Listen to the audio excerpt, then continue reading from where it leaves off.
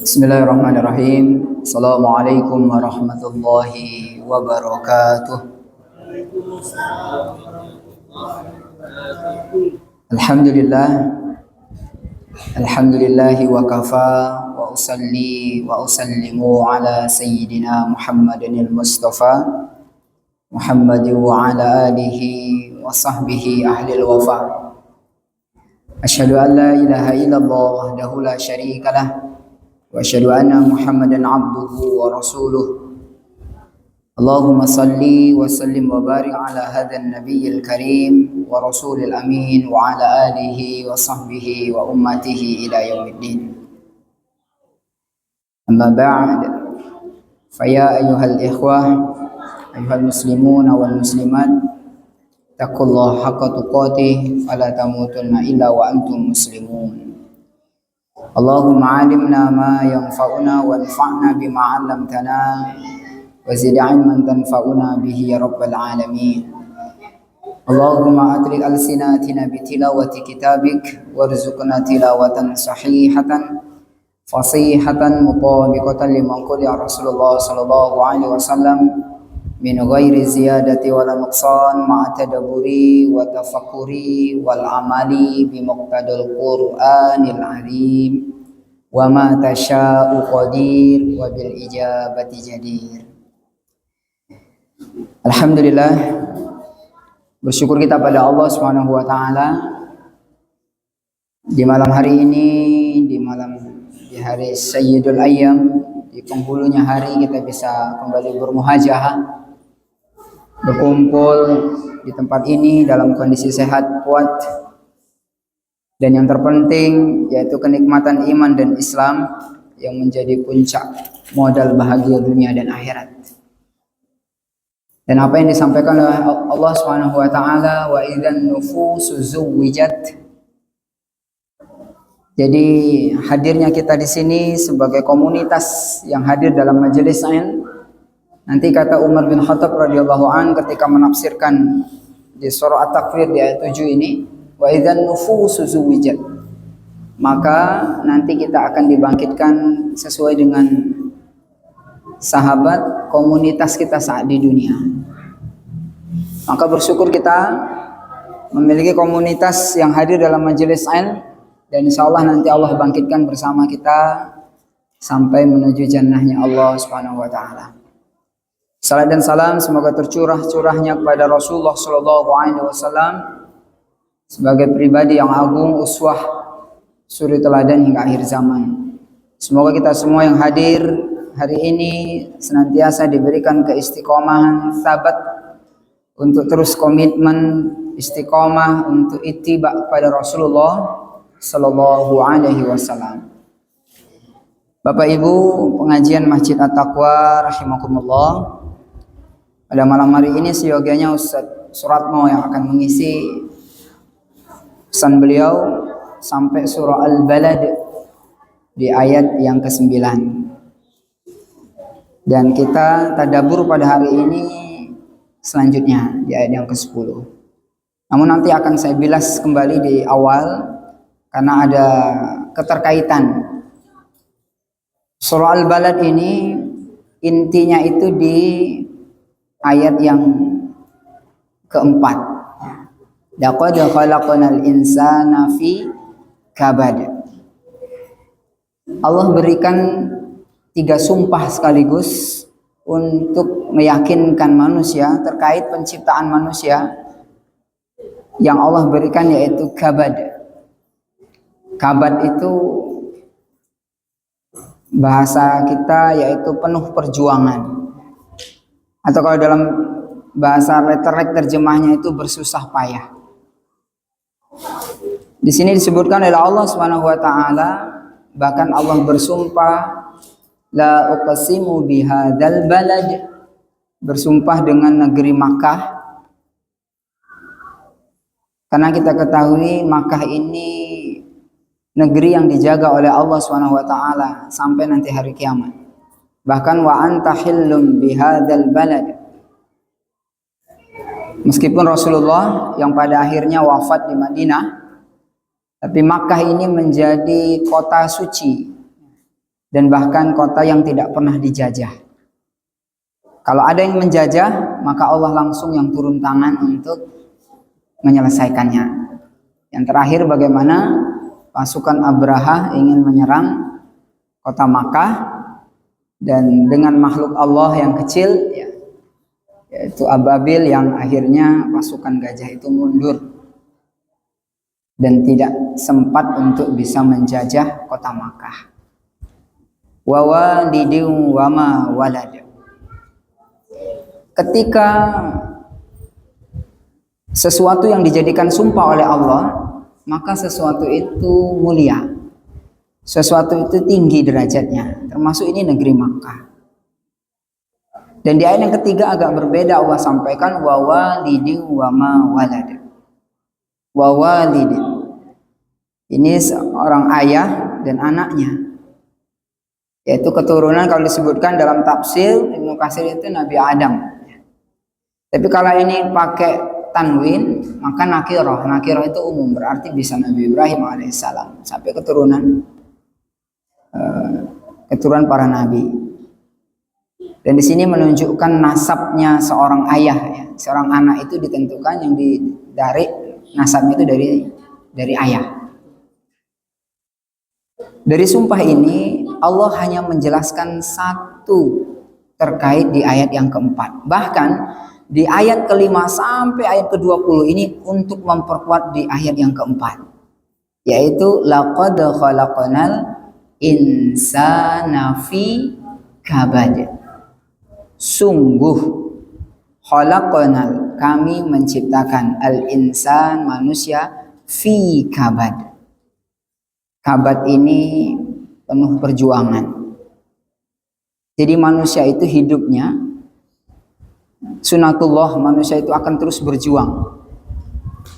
Kalau orang mukmin, berjuangnya itu sampai dia selesai menghadap Allah. Setelah itu baru dia mustarihin. Tapi kalau orang kafir, orang yang mujrim, orang yang penuh dosa, kematian itu bukan tempatnya istirahat. Bahkan lebih kabat lagi, lebih berjuang lagi. Maka disebutkan dalam Al-Quran, mustarihuna fiha. Ini ingin menjelaskan, ini ada kaitannya dalam surah Al-Fajr dan surah Asy-Syams. Maka dalam Al-Quran itu ayat itu selalu munasabah. Antar surat itu ada saling terkait, saling berhubungan. Maka di sini disebutkan oleh Allah Subhanahu wa taala, qad khalaqnal insana fi kabad. Bayangkan kita dari sejak lahir kita sudah kabadutufullah namanya. Yaitu dari bayi, balita itu sudah berjuang kita. Anak kecil yang mau berjalan itu kan pasti merangkak dulu, sudah jalan merembet ke dinding, jatuh. Enggak langsung tiba-tiba dia langsung berjalan. Butuh perjuangan. Bahkan anak yang sekolah juga gitu, dari tingkat yang kecil sampai tingkat yang menengah atas juga butuh perjuangan. Sudah tibanya dia diberikan jodoh oleh Allah, bukan berarti menikah itu tidak butuh perjuangan. Perjuangannya luar biasa, kabatnya lebih luar biasa. Dan di sini Allah menguatkan pada kita, kabatnya kita itu dalam rangka kabatnya dalam ketaatan kepada Allah. Itu harapan Allah. Karena ternyata orang mujrim itu, orang yang berdosa itu juga kabat sebenarnya. Ya memang dia mungkin nampaknya, saya nggak merasakan letih untuk melakukan maksiat ini. Yang ada saya merasakan nikmat. Itu karena hawa nafsunya. Tapi sesungguhnya dia juga manusia sama. Dia juga merasakan keletihan untuk melakukan dosa itu, untuk melakukan kemaksiatan itu. Yang puncaknya nanti ternyata sudah selesainya dia, sudah wafatnya dia pun akan kabat lagi sejak di alam barzah. Dan kisahnya bagaimana Rasulullah menceritakan didatangi oleh seekor ular yang besar kepala botak, ya. Mendatangi siapa kamu? Bahkan ini kemaksiatan dosanya yang saat dilakukan. Ternyata sudah dibangkitkan dari alam kubur, di yaumil qiyamah pun juga kabat. Di yaumil hisab juga kabat beratus-ratus tahun menunggu lamanya. Dan puncaknya kabadu finnar. Kabat bersusah payah perjuangannya saat di neraka. Bahkan meskipun dia mengeluh nanti di neraka, saat dia mengeluh pun di neraka, azab itu terus dia rasakan, perjuangan itu dia terus rasakan. Nah, bedanya Bapak Ibu, kalau di surga itu nggak ada khalidan fiha. Kalimatnya nanti di surah Ibrahim disampaikan. Tapi kalau di surga itu semuanya khalidina fiha, abada. Jadi kalau surga itu nikmatnya sama kita rasakan. Tapi kalau neraka tidak. Neraka itu ada khalidan fiha kalau dalam Al-Quran. Khalidan fiha itu berarti dia diazab. Azab neraka itu bisa secara semuanya jamaah. Ada juga azab neraka itu nafsi-nafsi. Maksudnya apa? Dia itu sendiri yang diazab. Itu sudah parah dosanya. Kalau di surga enggak, kenikmatan itu akan kita rasakan semuanya. Kenikmatan itu khalidina fiha abadan. Maka Bapak Ibu yang dimuliakan oleh Allah Subhanahu wa taala, di sini disebutkan oleh Allah Subhanahu wa taala, laqad khalaqnal insana fi kabad ayahsabu an lan yaqdira alaihi ahad. Karena tentu Allah menciptakan kita ini tidak begitu saja meninggalkan kita. Dulu ada yang hidup di zaman Rasulullah SAW, Said Al-Jumail. Beliau ini orang yang kuat. Saking kekuatnya, dia memberi tantangan pada semua orang waktu itu, orang kafir. Dia masih kafir saat itu, waktu itu kafir. Dan dia berdiri di atas kulit dan dia umumkan, panggillah orang-orang yang terkuat di Makkah ini untuk bisa narik kulit itu. Semua narik kulit itu dengan sekuat tenaga. Tapi orang ini enggak jatuh, bahkan kulitnya yang lepas. Dan dia termasuk orang yang memusuhi Rasulullah SAW dan para sahabat. Dan saat itu beliau mengumumkan kalau dialah orang yang terkuat. Dia merasa tidak ada yang lebih kuat di dunia ini kecuali dia. Dan ayat ini asbabun nuzulnya terkait dengan orang kafir ini. Ayahsabu an lan yaqdira alaihi ahad. Dan bahkan di ayat yang ke-6, yaqulu ahlaktu malan lubada. Ternyata manusia ini membanggakannya itu ada dua. Yang pertama membanggakan kekuatan yang ada pada dirinya, fisiknya. Kekuatan, kekuasaan yang ada pada dirinya. Yang kedua disebutkan oleh Allah Subhanahu wa taala ini seperti Abu Lahab. Abu Lahab ini semuanya ada. Orang kaya. Apa yang tidak punya dari Abu Lahab?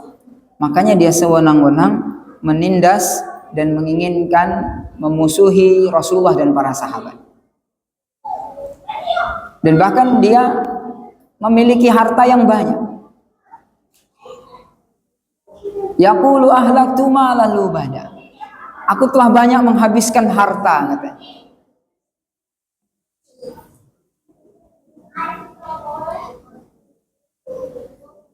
Bapak Ibu yang dimuliakan oleh Allah Subhanahu wa taala. Dan ini juga kabarnya orang kafir. Orang yang mujrim, orang yang berdosa. Jadi dua kekuatan inilah yang kadang menipu manusia. Sehingga dia lupa kalau Allah masih ada. Kalau Allah itu berkuasa, Allah yang maha kuasa. Dia tidak akan meninggalkan manusia itu setelah diciptakan. Dan Allah selalu mengawasinya. Dan Allah akan membalasnya apa yang telah dilakukan, dipertanggungjawabkan saat di dunia. Ayahsabu allam yarahu ahad. Disebutkan oleh Allah Subhanahu wa taala, Apakah dia mengira bahwa tidak ada ya Allah yang melihatnya? Dia membanggakan dirinya itu seakan-akan dia itu nggak ada yang melihat. Dia menyombongkan dirinya dengan harta dan kekuasaannya itu, sehingga dia melakukan sebagai pelaku yang mujrim, seorang yang selalu berbuat dosa. Contohnya alam naj'alahu ainain wa lisanan wa syafatain. Karena manusia ini juga gampang bermaksiat dari dua hal ini. Yang pertama adalah ainain, kedua matanya. Yang kedua adalah walisanan dari lisannya, dan wasyafatain dari dua bibirnya.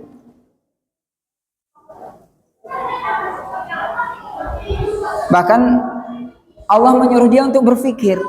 Manusia ini berpikir, ini Allah sudah memberikan dua mata, Allah sudah memberikan lisan atau mulutnya ini untuk digunakan merenungi semua yang telah diciptakan oleh Allah Subhanahu wa taala.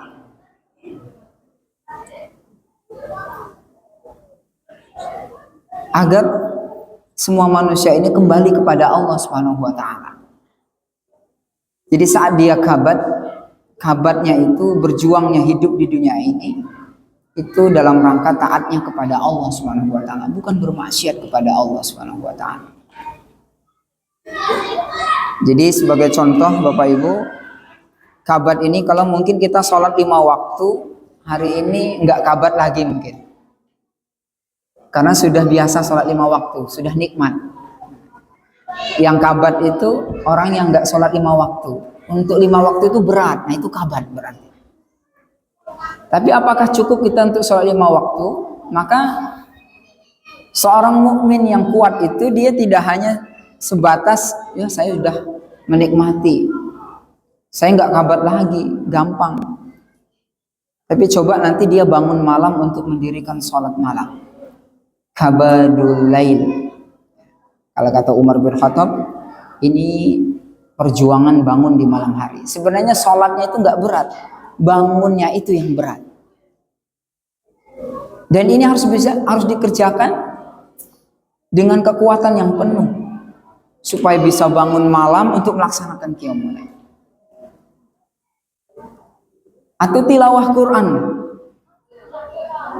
Kita baca Quran 1 jam dengan nonton televisi atau main gadget 1 jam. Mungkin lebih kabatlah tilawah Quran dibanding dengan lihat gadget 1 jam, nggak terasa. Nah kalau kita baca Quran sudah 1 jam, ternyata sudah 1 jam, perasaan baru 10 menit, berarti itu bukan kabat lagi itu.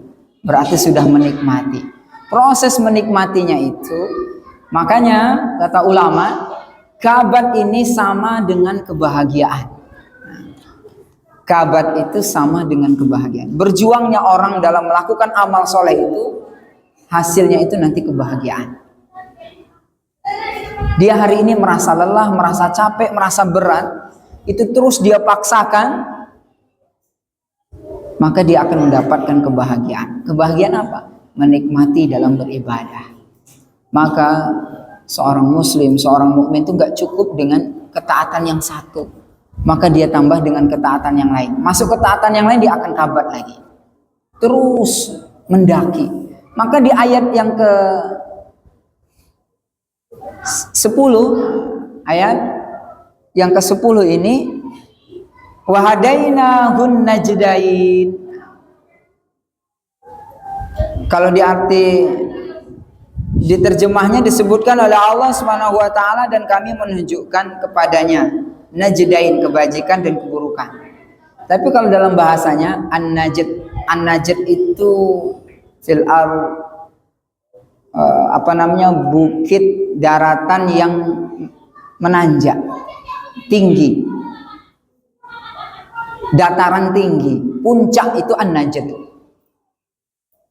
Kalau kita jalan 100 meter di dataran rendah yang sama-sama 100 meter dengan perjalanan yang nanjak tentu berbeda. Yang pertama lebih ngos-ngosan untuk berjalan. butuh tenaga, berkeringat. Maka di situ an-najdain. Dua, sama-sama nanjak. Mau melakukan keburukan juga nanjak, mau melakukan kebaikan juga nanjak. Butuh kabat semuanya. Dan soal Anfal disebutkan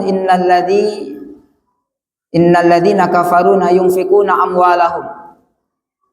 Ternyata orang kafir itu juga berinfak. Seharusnya ini mensupport kita. Mereka rela untuk menghabiskan hartanya dalam rangka apa? Lanu fi sabilillah, yaitu dalam rangka untuk menghalangi orang ke jalan Allah Subhanahu wa taala. Jadi sama-sama menanjak. Walaupun kita mengatakan,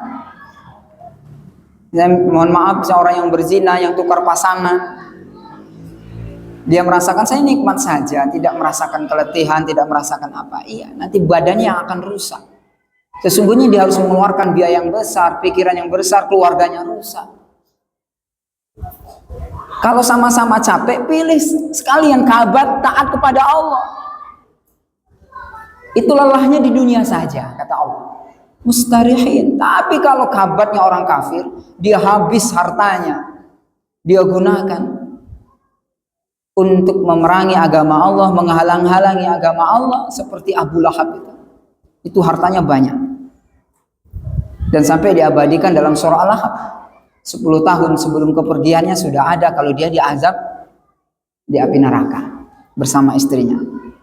Dan itu apa? Dihabiskan hartanya untuk memusuhi Rasulullah dan para sahabat. Sama-sama wahadaina najdain, sama-sama menanjak hidupnya, perjalanannya. Maka ini pilihan kita. Kalau seperti itu, biarlah letih di dunia ini. Dengan jiwa dan raga kita letih untuk dalam taat kepada Allah, tapi nanti saat kita berpisah ruh dari jasad kita, kita merasakan istirahat yang sesungguhnya. Allah istirahatkan sampai nanti yaumil qiyamah, sampai yaumil hisab, sampai nanti di surganya Allah Subhanahu wa taala.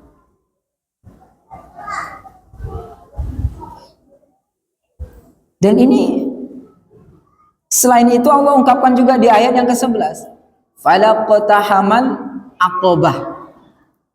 Bagaimana supaya sekalian sudah nanjak berat. Solusinya apa? Iqtahamal aqabah. Nah, aqabah ini lebih sempit lagi. Nah, ini tadi kalau dua puncak, itu di antara dua puncak itu ada jalan kecil yang lebih sempit lagi untuk naik ke atas, ke puncak itu. Itu aqabah kalau dalam bahasanya. Kalau di sini sebutkan iqtahamal aqabah. Bahkan dia tidak akan menempuh jalan yang mendaki lagi sukar. Jadi jalan yang berat itulah nanti jalan kemenangan baginya. Iqtahamal aqabah. Kalau orang sudah banyak berbuat maksiat, dia nggak mikir. Jalannya meskipun jalan ini bahkan hilang urat malunya, semuanya dia salurkan semuanya untuk najdain tadi, ya dalam keburukan. Dia terus hidupnya untuk perjuangkan, untuk melakukan kemaksiatan. Dan ternyata pikirnya sudah selesai, ternyata tidak, sampai nanti di nerakanya Allah Subhanahu wa taala. Dan Allah jelaskan apa itu aqabah. Allah sendiri yang menjelaskan ayat ini. Wa ma adra kamal aqabah. Tahukah kamu itu apa aqabah? Di sini disebutkan aqabah itu fakku raqabah.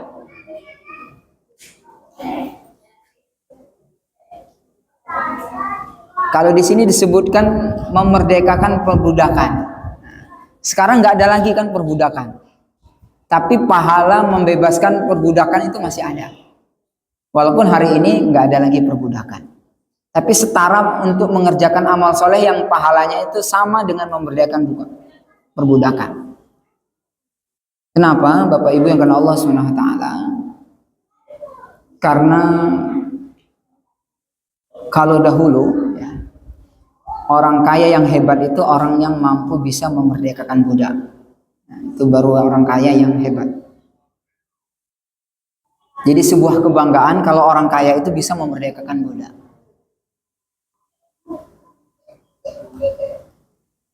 Dan bahkan bedanya ketika hadirnya Islam, maka memerdekakan budak itu dalam rangka untuk mengangkat derajat manusia itu. Contohnya seperti Umar bin Khattab memerdekakan seorang budak. Bahkan ada yang mengatakan kepada beliau, bagaimana dia memerdekakan budak karena dia melihat orang ini solih ya. Melihat dari apa yang ia pandang, kalau orang ini layak untuk dimerdekakan, maka dia dimerdekakan.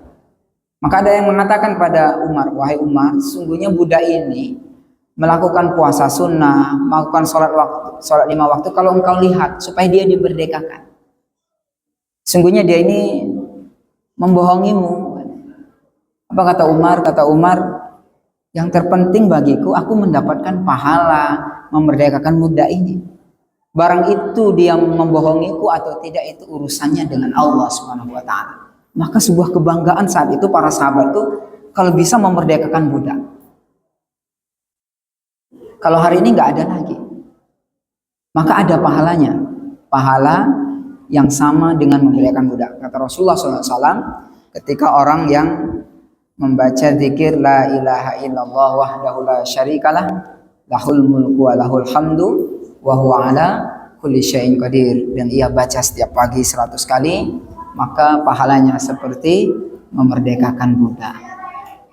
Kalau dulu orang Arab membanggakan kekayaannya itu ya dengan memerdekakan budak, kalau dia itu mampu.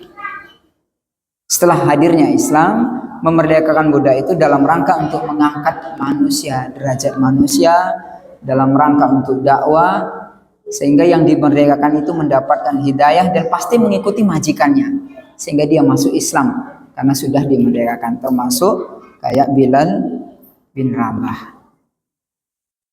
Bapak Ibu yang dimuliakan oleh Allah Subhanahu wa taala. Yang pertama, ternyata ukuran amal soleh yang tinggi itu yaitu selain fakku raqabah au it'amun fi yaumin dzi masghobah, orang yang memberi makan orang yang sedang kelaparan. Maksudnya di posisi memberi makan pada saat kondisi itu lagi sukar.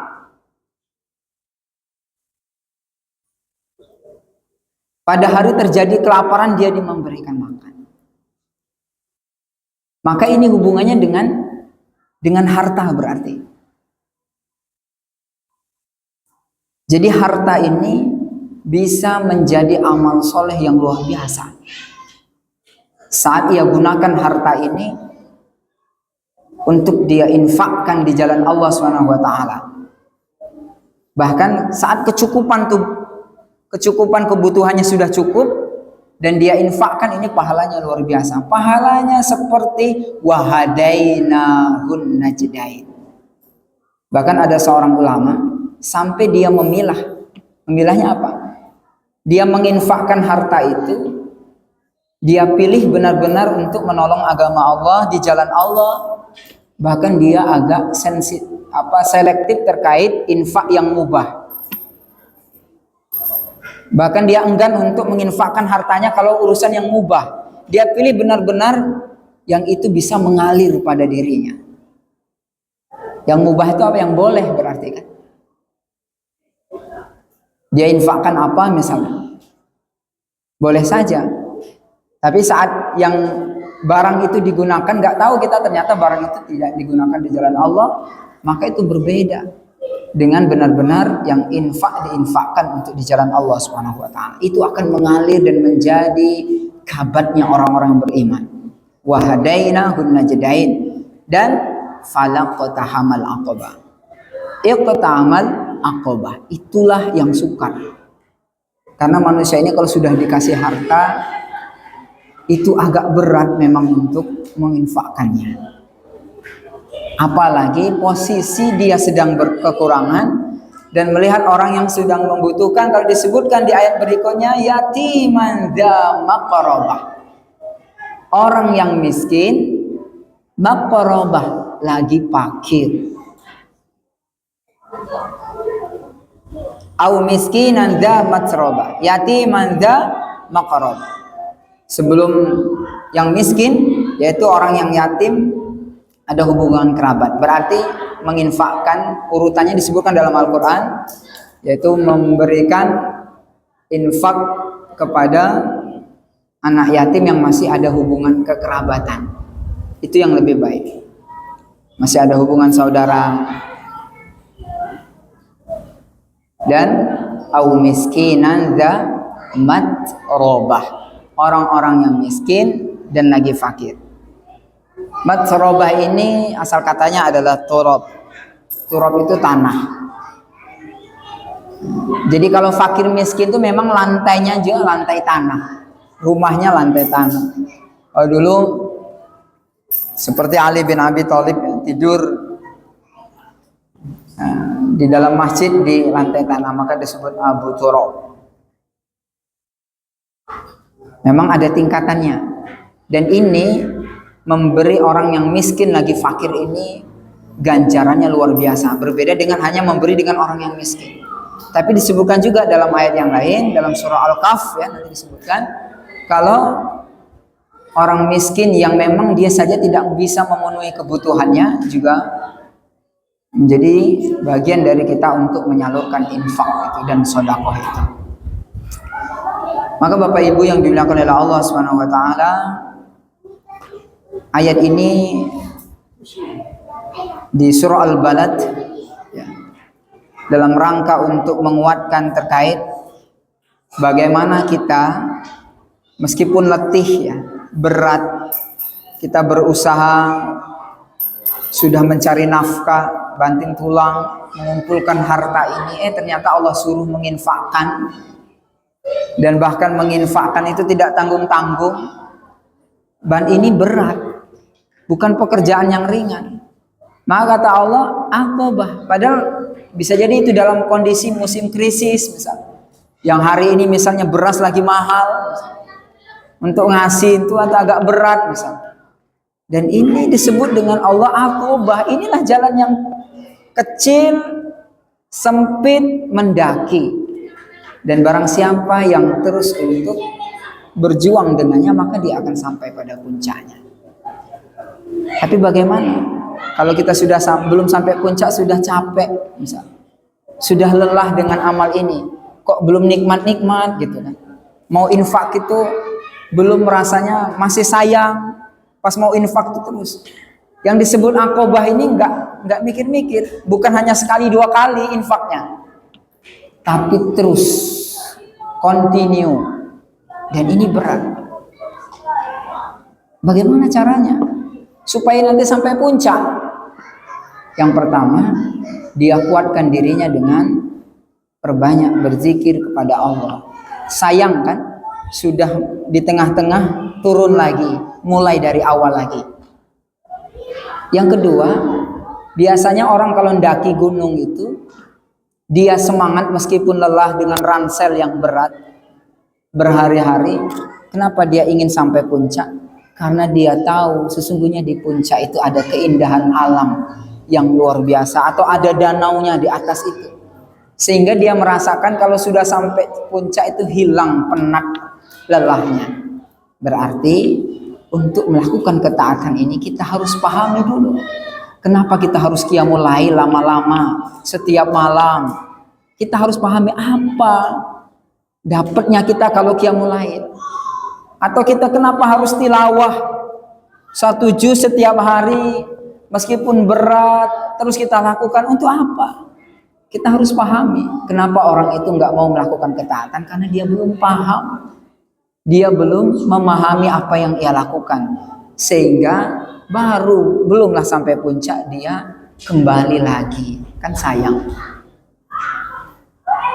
Termasuk dengan kenikmatan maksiat. Kenapa orang itu semangat sekali untuk sampai puncak? Karena dia mendapatkan kenikmatan-kenikmatan itu. Istidraj. Dia makan harta riba, dia terus berbuat maksiat, dia lakukan dosa-dosa besar. Kenapa rasanya dia merasakan itu dengan penuh kenikmatan? Karena istidraj. Allah kasih dulu dia kenikmatan, sampai nanti dia menyesali kalau sudah berpisah ruh dan jasadnya. Bapak Ibu yang dimuliakan oleh Allah SWT, beginilah surah Al-Balad. Al-Balad itu setelah saya ambil dalam beberapa kitab tafsir, ternyata kuncinya itu hanya di ayat yang ke-6. Jadi manusia itu diciptakan itu memang penuh dengan perjuangan, bergerak. Kalau nggak bergerak lagi, itulah dia sudah mati. Manusia itu bergerak. Orang yang berbuat maksiat juga bergerak, juga butuh perjuangan. Nah, sekarang kita pilih. Kita lelah di dunia ini tapi nggak dapat apa-apa, sia-sia, bahkan dosa. Atau sekalian kita jebur ke dunia ini. Memang dunia ini tempatnya untuk bersusah payah, untuk berlelah-lelah. Kalaupun capek, kita keluh kesahkan kita kepada Allah SWT. Bahkan kita berdoa kepada Allah, termasuk misalnya tilawah Quran, kenapa kok berat gitu. Duduk sebentar serasa berjam-jam. As'aluka, kita minta agar Allah SWT menjadikan Al-Qur'ana Rabi qalbi. Jadi harapannya saat kita ibadah pada Allah itu merasa nikmat hati kita. Baca Quran nikmat, nah itu butuh doa. Berarti selain kita pahami amal yang akan kita lakukan, perbanyak untuk berdoa kepada Allah agar Allah mudahkan untuk melakukannya. Tsumma kana minal ladzina amanu wa tawasaw bis sabri wa tawasaw bil marhamah. Demikianlah orang-orang yang beriman, dia itu akan selalu nasihat-nasihati dalam kesabaran. Bersabar itu ternyata bersabar dalam ketaatan. Sabarlah dulu. Mungkin hari ini memang lelah, capek. Besok lakukan lagi. Lakukan sampai rasa kabat itu hilang. Kalau itu sudah nikmat, jaga. Kayak sholat 5 waktu kan, kalau nggak sholat ke masjid kayaknya ada yang hilang. Itu berarti udah hilang, udah nikmat. Nah, sekarang tingkatkan lagi. Rawatib, jangan pernah tinggal. Bahkan jangan sampai tinggal yang arba'in misalnya. Sudah, aku kan sholat duha. Memang butuh perjuangan, kabat. Sudah nikmat, tambah lagi. Itu harapan Allah. Enggak cukup yang penting jadilah. Ini sudah ukuranku misalnya. Jangan. Terus sampai daki, terus sampai puncak. Sampai kita lakukan semua. Puncaknya itu tadi. Terkait dengan harta kita. Itu berat. Maka Bapak Ibu yang karena Allah SWT disebutkan oleh Allah setelah watawasau bis sabri watawasau bil marhamah. Harapannya memang Allah memberi rezeki itu enggak sama. Ada yang Allah kasih lebih, ada yang kasih kurang. Bisa saja sebenarnya Allah kasih lebih semua, tapi enggak jadi hidup ini jadi kabat kalau Allah kasih lebih semua. Makanya Allah bagi.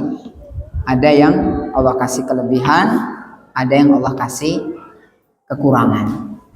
Dengan itu lahirlah marhamah, timbul rasa kasih sayang ini. Allah tuh ingin menguji sebatas mana dia merasakan kasih sayang itu. Tapi itulah yang namanya ulaika ashabul maimanah. Saya percepat.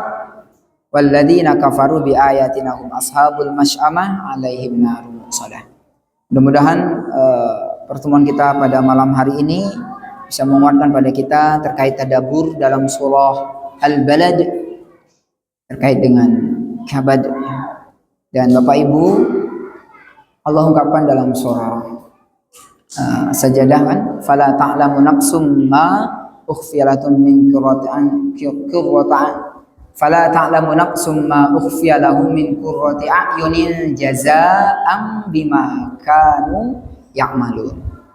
Jadi nikmatnya di surga itu luar biasa.